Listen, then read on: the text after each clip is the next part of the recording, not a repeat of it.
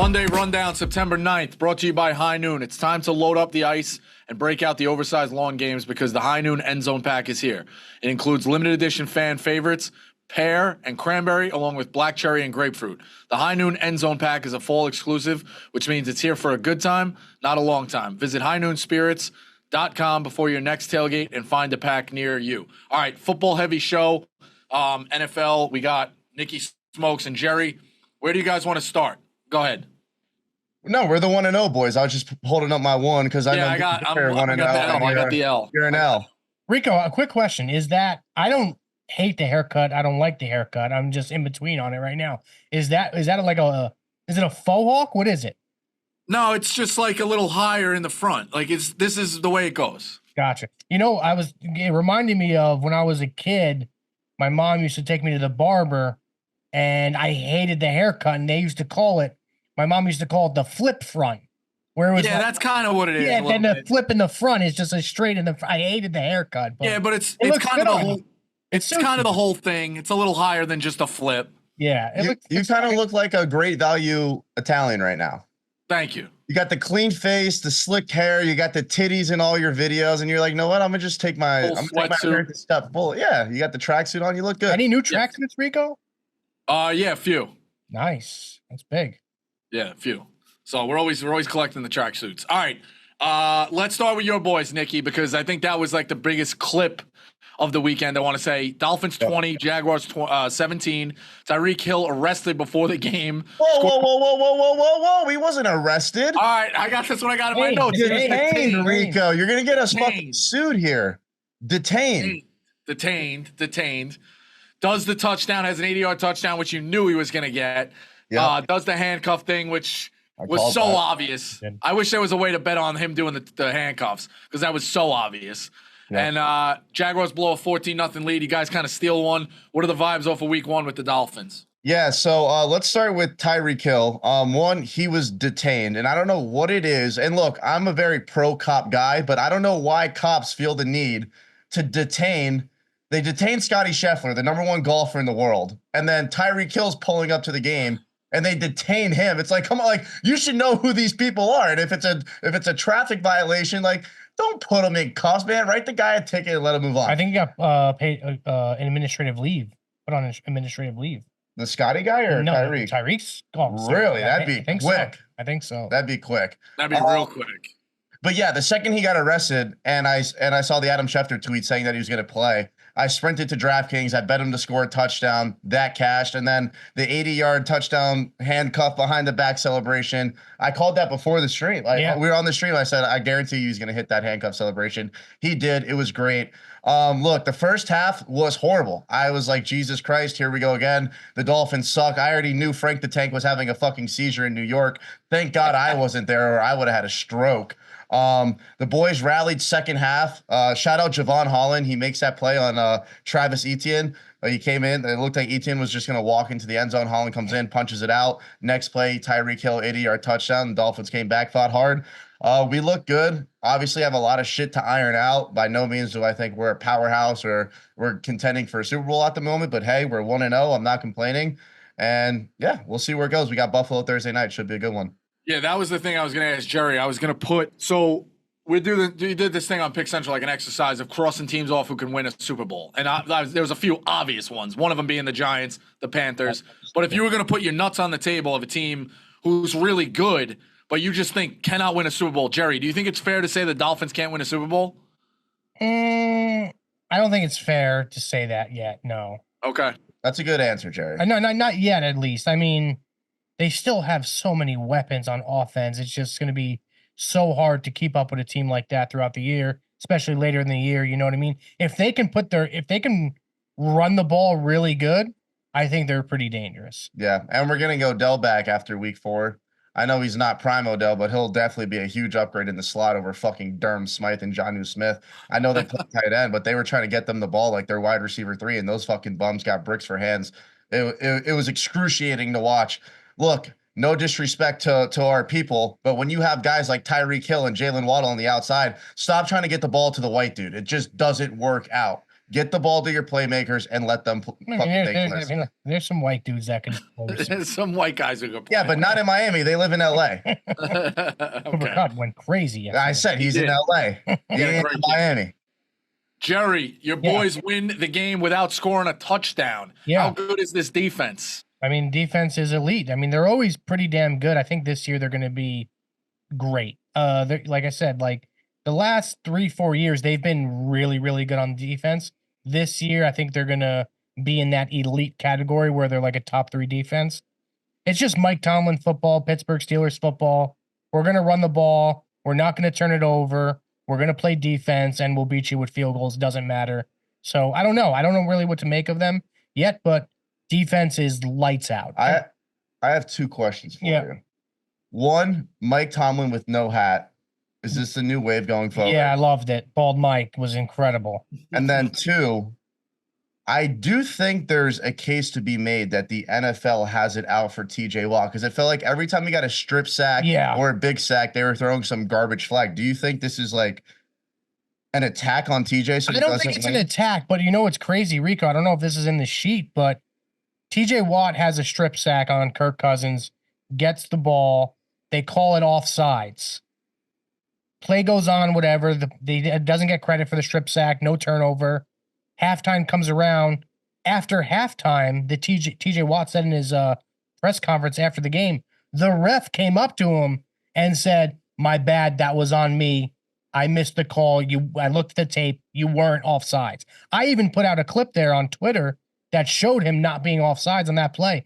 But these refs, I mean, they just have so much power. I don't know if it's just because it's week 1 and we haven't seen so many flags, in all these months, but flags in every game. We saw in the Chiefs game too. I remember like 5 or 6 different. God. Listen, I'm not defending the refs, but there's certain things called points of emphasis in the offseason, and they start to look for just that stuff. And then it early on you get clipped for all that stuff, and then later in the season it's not as much. So maybe the offsides was a point of emphasis, But he jumped illegal formation in the Chiefs game. Point of emphasis. Yeah, it's crazy. I think the refs. I'm not saying it, the refs. I mean, they didn't call a great game, but it felt like they did everything they could for the Steelers to lose that game, and just Pittsburgh won 18. Was it 18-10? 18-10. Oh man, they only scored 10 points. The Falcons. How do you think Falcon fans feel about that? Yeah, we became and now we're like fake 4 points. We're like fake Falcons fans all over Pick Central because we were like, let's pick a team. They're exciting. That division's ass. They can win the division. They can host a playoff game. Like, get all in. It was kind of a joke, but it's like Falcon Fridays. Like, let's get excited. Right. There might just be a point where Kirk Cousins, it happened with Matt Ryan. Yeah. I'm trying to think. It happened with somebody else that I'm forgetting. Probably But you go to a new spot and you think, all right, changing it up is going to be the rejuvenation and the shot in the arm. Right. Nah, that just might be a dead horse, and you're trying to still ride it. It might not work for Kirk Cousins because he looked like ass. He might not be back. He might not be ready to be back, and that's going to hurt him. Falcons, I don't know. I thought it was a new season for them. They're looking at 0-3 right in the face because they got the Eagles and the Chiefs coming up. Ooh. So the Falcons are looking at coming back over the hill here. But the only thing is that the division is asshole. Yeah. Yeah. So you can still win it. But man, the Falcons were not. I went in on the Falcons Fridays. The Falcons were not the move. No. I mean, Especially after that. When you say go all in, you're talking like props, touchdowns, spread. No, just like the Falcons were a team you became invested in. Right. Okay. Yeah, that's fair. I feel like everyone was high on the Falcons going into this one. 100%. Like you have no rooting interest, but you're rooting for a team on Sundays. I think Penix will be the starter by week 6. That'd be great. I love very that. possible. It's amazing. Very possible. Speaking of teams who won the game without scoring an offensive touchdown, the Bears. I know you guys were watching that. You were a bunch of Bears fans. Caleb Williams, 14 of 29, threw for 93 yards, ran for only 15. What's the vibe on Caleb Williams? I don't know. You're not apologizing. I mean, listen, they won the game. Defense won them the game, just like the defense won the Steelers pretty much that game. But I don't know. He didn't. It's week 1. He's a rookie, so it's hard to tell, hard to judge. I think he took a few really bad sacks. But I don't think he turned the ball over at all. No interceptions. I mean, I don't know what to make of it. I know their offensive line is dog shit. If they can't run the ball and they're going to have to rely on Caleb Williams throwing the ball every fucking play, I think it might be a long year for them, but their defense is really, really good. So we'll see. Yeah, I had a feeling that Caleb's first game wouldn't be that great when Bill Belichick came out and he was like, "Hey, like he's not as good as you guys think right now. It's the preseason. He's made a couple good throws, but his completion percentage is only 50%." Meanwhile, guys like me are like, "Oh, Caleb Williams, he's the greatest thing since sliced bread. Like he's gonna go out there, tear it up." So when you hear a dumbass like me say that, and a guy like Bill Belichick, who's won 6 Super Bowls, say, "Hey, pump the brakes. The kid could be good, but he's still got a lot to work on." That's where I was kind of like, okay, well. I ended up betting Tennessee +4, and that bet obviously lost. But had the Bears defense not put on a fucking clinic, that bet probably would have cashed. As for Caleb, he did a lot of good things. Like you could see the arm strength, you could see the mobility. As Jerry said, he took a couple bad sacks there, but that's just growing pains of being a rookie in the NFL. I do think as the year goes on, he'll only get better, and then by year 3, 4, I think he'll really like step into who he's supposed to be. But You talk about that. You talk about that Titans bet. There's a stat or something ridiculous. A team dogs of 4+ or more being up 17-0 are like 66-1-1 covering against the spread. Wow. That was the only time they lost. It was like the first loss in like forever. Dude, I have bad luck with the Titans. So remember last year the Dolphins played the Titans on Sunday night or Monday night? I sent out that tweet saying it feels good to be 10-3. Yeah. Dude, teams that were up 2 touchdowns with 2 minutes left were 600 and like 650 and 1. And then I sent that fucking tweet out and they lost. And now, like you just said, same shit. I had Titans +4. They're up 17-0 and they didn't even cover. Yeah. What's the vibe in New York, Rico, with the Giants? Daniel Jones. I mean, he is. Did you see the fans booing him on the way out? Yeah, that was tough. He's a mess. I think you go with Drew Lock for now or like right away. I don't know. We're playing. Listen, it was a loaded quarterback draft. We're going to see what happens in this loaded quarterback draft. We might have egg on our face, but you just reset the clock. The only thing now is like, do you start worrying about Joe Shane being able to evaluate talent? Because Saquon Barkley looked fucking unbelievable Friday night, and we let him walk. And now you put your money in Daniel Jones, who stinks. Like, what do you know? But then again, anyone leaving the Giants to go to a competent franchise is going to look good. Like it doesn't matter if you had McCaffrey on the Giants right now, he'd look like shit. Yeah, it's a good point. I think it's all situational, and I think the Giants. The offensive line protected him a little bit. Like it wasn't like he was under fire all night yesterday or all day yesterday. So the offensive line protected him a little bit, and he still looked like ass. So now we're kind of running out of excuses. You know, there's a lot of excuses, but we're running out of them. What'd you make of the fans booing him on the way out? I mean, listen, it's a small minority of people who are going to act like assholes. You know, there's always that guy who thinks like I pay your salary. Like he doesn't pay his fucking salary; you just have season tickets. But fans are the lifeblood of football. Fans are the lifeblood of sports. It's the only reason people care. So they have their right to say stuff. I just think people like, I don't know. He probably went back to his fucking barbershop. It was like, that was me. I was the guy like doing that. You know, I don't know. It is what it is. It's like a badge of honor. You're a barber. Yeah, thanks. It's like a badge of honor to be an asshole. You know what I mean? So I didn't have the volume on much. I saw a little bit of it. I didn't love what I hear. What'd you guys think of Brady in the booth? I heard it was pretty bad. I don't know. I didn't tune in much. I was like watching for some reason the Commanders game a bit more. Because that game was kind of dog shit, the Cowboys game, and the Commanders game was kind of dog shit too. But I wanted to really see Jaden Daniels. But all I heard was bad things. He couldn't really form a sentence, stuttering a little bit, was talking during the plays. So I don't know. Yeah, the bits and pieces I heard, I mean, you could tell it was his first time calling a game. And look, Tom Brady's one of those guys who's only going to get better. But Kirk Minahan said it was the worst commentary he's ever heard in his entire life. Jeez. He like there's another guy that he said sucks, and he said Tom Brady couldn't even like hold his jockstrap. Like that's how bad he thought Tom Brady was. And I'm with Jerry. Like for the 4 o'clocks, they were all so bad. I mean, the Seahawks game was kind of electric. Bo Nix is trash. We might get there later.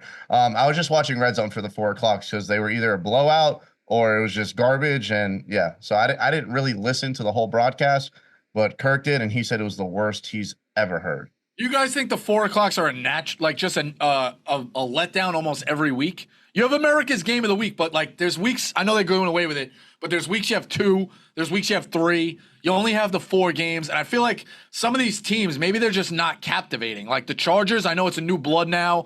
The Raiders, the Broncos, the Seahawks. Like watching these teams in the 4 o'clock slate every week. I don't know. Over the years, I just kind of like hate it. I watch it, but I hate it. I also think the 1 o'clock window is so draining, Yes. especially if you're betting, because you just went through witching hour. You either just got your heart ripped out or you just made money, and like next thing you know, it's like, oh shit, this game started, and you just went to war for 4.5 hours, and now it's like, okay, well now here's another 4 hours. So I think it's a little bit of both. Yes, the West Coast teams outside of the Niners haven't really been that great. Right.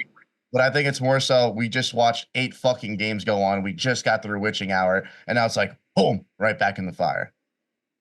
Yeah. I think I've said this to no, whatever. I was going to say, should they stagger it a little bit more? What do you mean? Like make it like a 5:30? No, like more 1 o'clock teams playing at 4? Dead even split. Okay, gotcha. I know what you mean. But yeah, I wouldn't. Yeah. Do that. We'll see. All right. Bills Cardinals was an entertaining game. Bills 34, Cardinals 28. Josh Allen selfish on the goal line. James Cook, I had him to win the touchdown. Fucking unbelievable. But now you have to pick 2 next week, Rico, for that. Now I got to pick 2 to get back in the contest. Yeah, so that jumped out. Texans Colts was a good game. Anthony Richardson slips and throws a 60-yard touchdown. That was a good game. We touched on the Vikings, Bucks. Anything else kind of jump out? I feel like the Saints looked the best of a team that nobody was talking about. Granted, it's against the Panthers. I mean, come on, bro. Granted, it's against the Panthers. They played Barstool Sports' finest athletes out there on Sunday. What are we talking about? Panthers should be relegated. Yeah. What do you think about the Raiders punting on 4th and 1 with 7 minutes left? For all the rah-rah Raiders type shit, wasn't that kind of a coward move? Yeah, definitely. I think they should have went for it. I mean, if they got it, if they didn't get it, we'll never know. But I mean, in that point in the game, you have to go for it. You can't just punt the ball away to the other team and hope you stop them. Right. What else jumps out? What do you like tonight?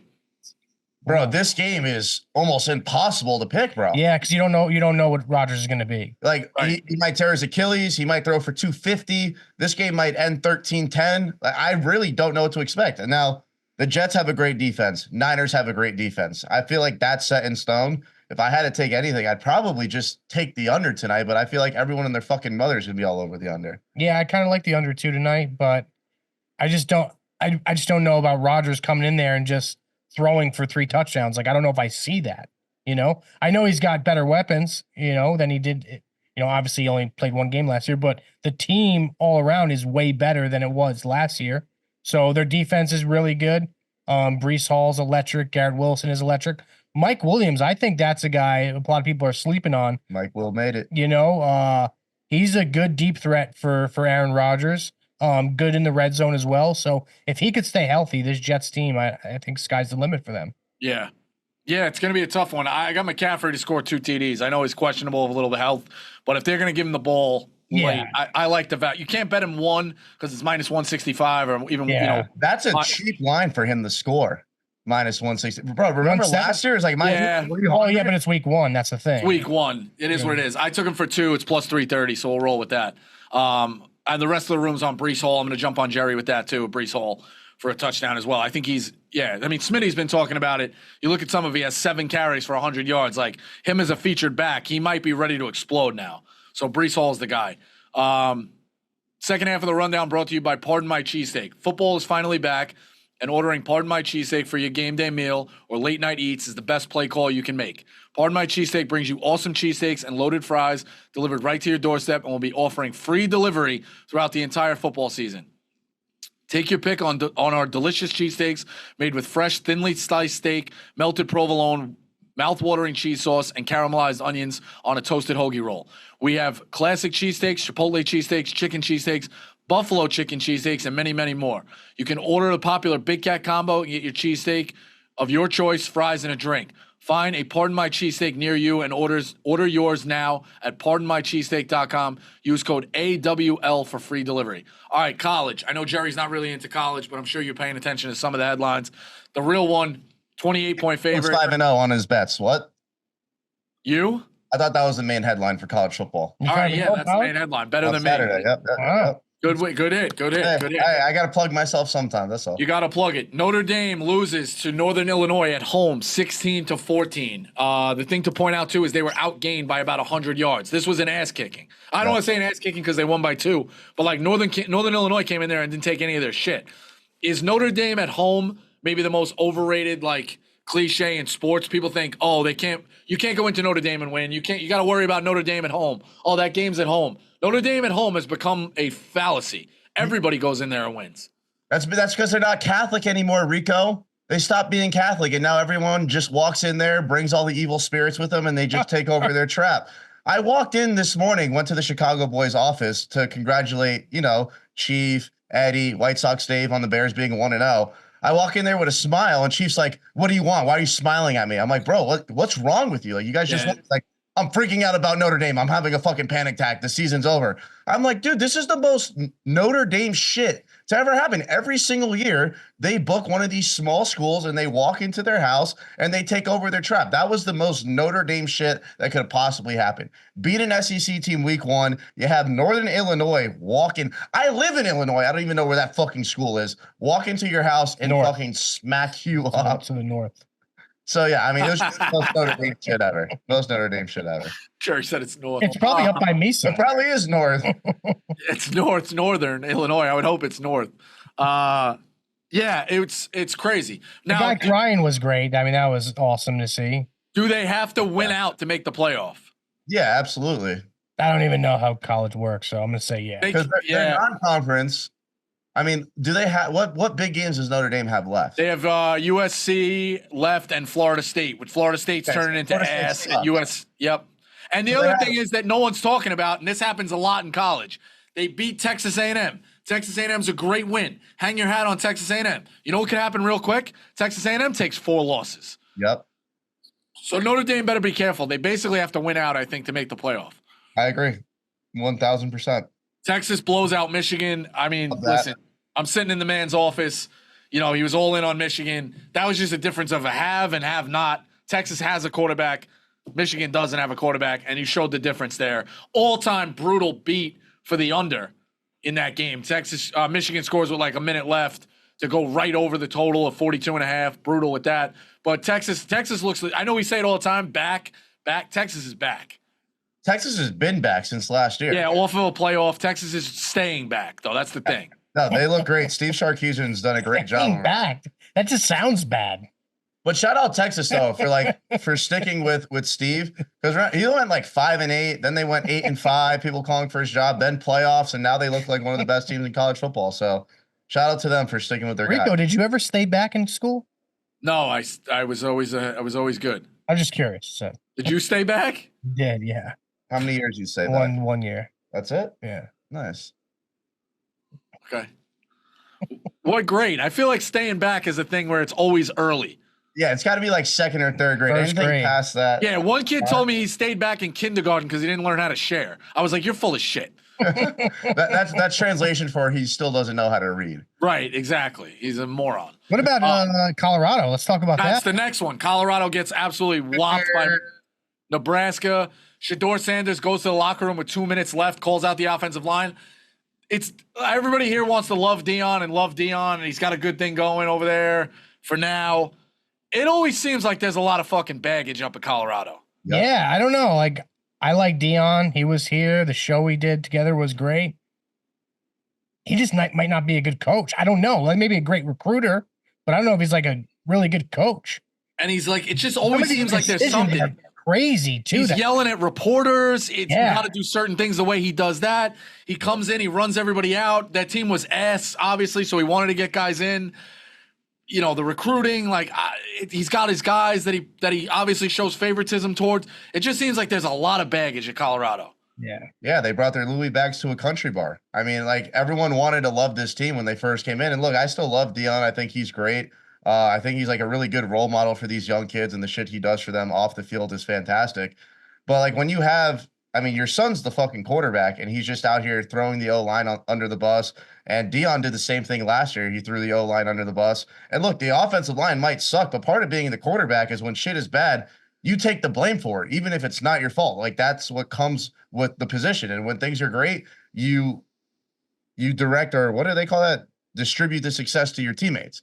So I feel like there's more leadership issues there than there should be, considering who they have as their head coach. Yeah, and even in the press conference, I watched a clip of Dion.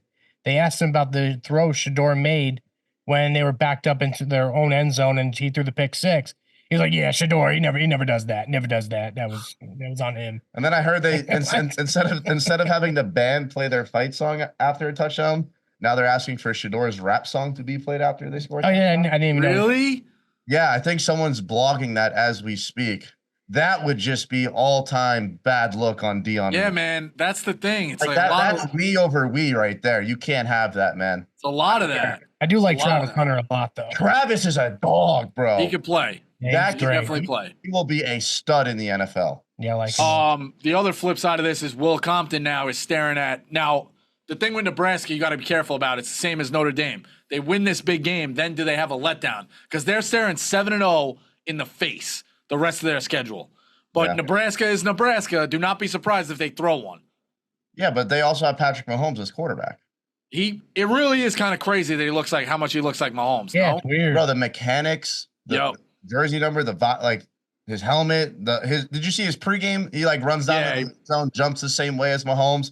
It's his clone. It almost looks like Mahomes knows he's going to just destroy the NFL. And he's like, I want to go back to college and get more reps. Like, they look identical. Yeah. I think he calls him little bro too or something like that. Yeah, little cuzzo. Little cuzzo. Yeah, that's a Jerry term. I feel like that's a Jerry term.